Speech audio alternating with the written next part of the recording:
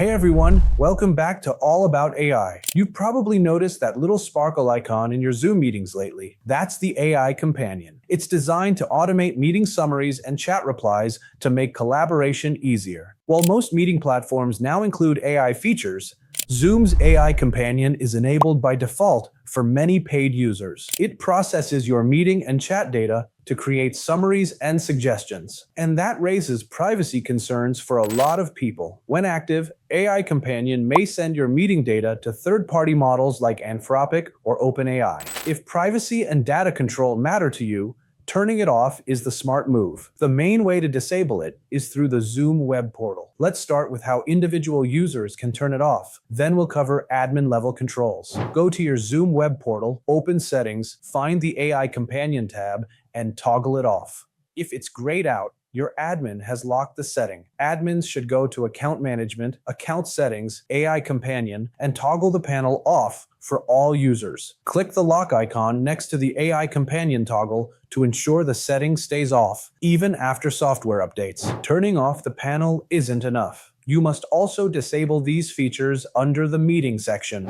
Meeting Summary with AI Companion, Smart Recording with AI Companion allow users to ask AI Companion questions. Let's go over some common problems and quick fixes. Tip 1. Locked settings. If you see a locked by admin message, only your IT department can change it. Also, note that the host's AI settings override yours when you join their meeting. Tip 2. Sparkle icon still visible. If the sparkle icon remains after disabling AI Companion, restart Zoom or clear the app cache to refresh settings. Tip 3. Use end-to-end encryption. Enable end-to-end encryption in your Zoom security settings. It automatically disables all AI Companion features, but keep in mind, it also disables cloud recording and live transcription. Bonus: block third-party bots. Even if you disable Zoom's AI, external bots like Otter.ai or Fireflies.ai may still join.